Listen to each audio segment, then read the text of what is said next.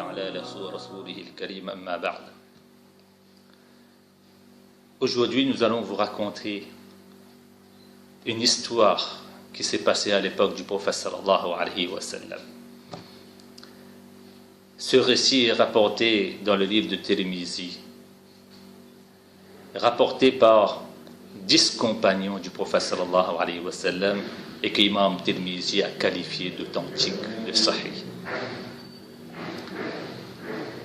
À l'époque du prophète sallallahu alayhi wa sallam, la Masjid Nabawi de Médine était construite de troncs de palmiers. Lorsque le prophète sallallahu alayhi wa sallam faisait ses sermons, ses discours, il avait l'habitude de s'appuyer, de prendre appui à un de ces troncs.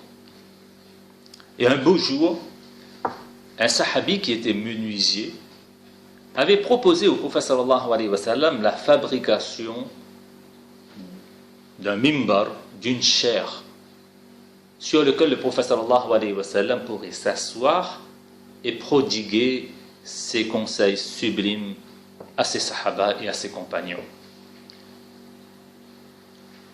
Le prophète sallallahu alayhi wa sallam a accepté l'offre quelques jours après, lorsque le mimbar a été fabriqué. Alors, le prophète sallallahu alayhi wa sallam s'est mis assis sur le mimbar, sur la chaire, mais au moment où il s'est mis assis, eh bien, une chose étrange s'est produite dans la Masjid Nabawi. Les sahaba étaient témoins oculaires. Le prophète sallallahu alayhi wa sallam, assis sur le mimbar, est en train d'entendre de ses propres oreilles le tronc de palmier sur lequel il avait l'habitude de s'appuyer est en train de pleurer amèrement.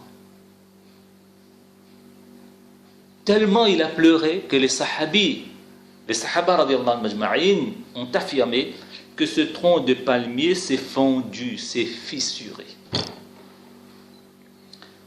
Et les sahaba radiallahu anhum majma'in étaient tellement affectés par les pleurs de ce tronc de palmier que eux aussi se sont mis à pleurer.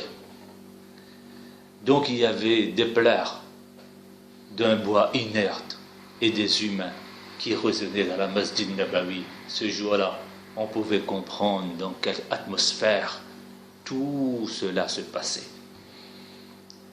Et le prophète sallallahu alayhi wa sallam était obligé de descendre du mimbar, d'aller près de ce tronc et de l'appeler, de le serrer dans ses bras pour le calmer, pour le consoler, pour le réconforter.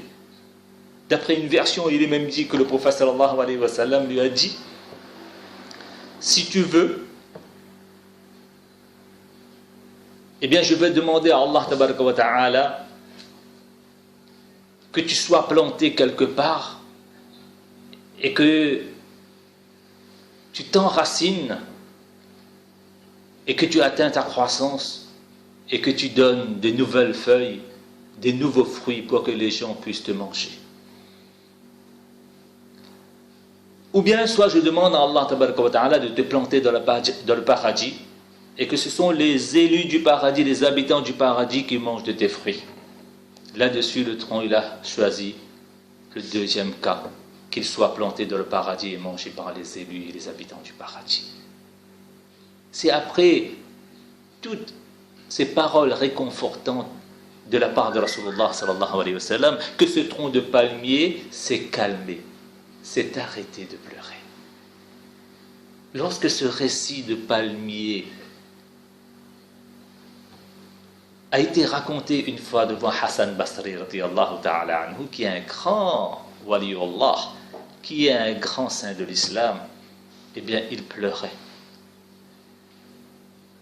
Et il disait: oh les serviteurs d'Allah, oh les musulmans, ce bois inerte a pleuré lorsque Rasulullah sallallahu alayhi wa sallam l'a abandonné et l'a délaissé. Mais quant à vous, musulmans, à chaque instant, à chaque moment de votre vie, vous abandonnez, vous délaissez les enseignements de Rasulullah sallallahu alayhi wa sallam. Il n'y a même pas un pincement, une douleur dans votre cœur?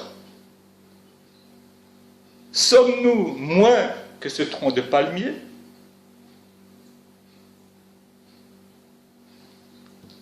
Et là, j'aimerais dire à des frères qui ont été contaminés par ce virus, ces frères qui affirment que les enseignements du prophète sallam, la sunna du prophète sallam, c'est quelque chose qui remonte de 1400 ans, de 14 siècles, de 15 siècles. C'est des choses anciennes, ce sont des choses de l'Antiquité qui n'ont plus de valeur.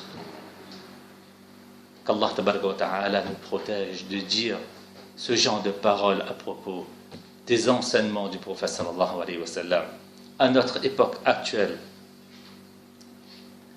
À l'époque actuelle, les gens vénèrent et donnent de la considération et accordent beaucoup de valeur à toutes choses anciennes. Lors des fouilles archéologiques, lorsqu'on découvre les anciennes vaisselles, les morceaux des anciennes vaisselles des pharaons, des gens du Moyen-Âge, eh bien on expose ces morceaux de vaisselle-là dans des musées, et ces musées-là sont visités par des milliers et des millions même de personnes. Le vin, qui est considéré par Rasulullah sallallahu alayhi wa sallam comme Ummul Khaba'ith, comme la mère de tous les vices, et dont les dégâts sont connus et reconnus dans le monde. Lorsque un vin est vieux, il a beaucoup de valeur. Il devient plus coûteux. Mais malheureusement, la seule chose ancienne aujourd'hui sur terre qui n'a plus de valeur aux yeux des musulmans, c'est la sunna de Rasulullah sallallahu alayhi wa sallam. Qu'Allah tabaraka wa ta'ala nous fasse comprendre. Qu'Allah tabaraka wa ta'ala nous donne la chance de porter chaque enseignement du prophète sallallahu alayhi wa sallam dans notre cœur, de les vénérer et de comprendre sa valeur et surtout ses mérites et ses vertus. Alhamdulillah.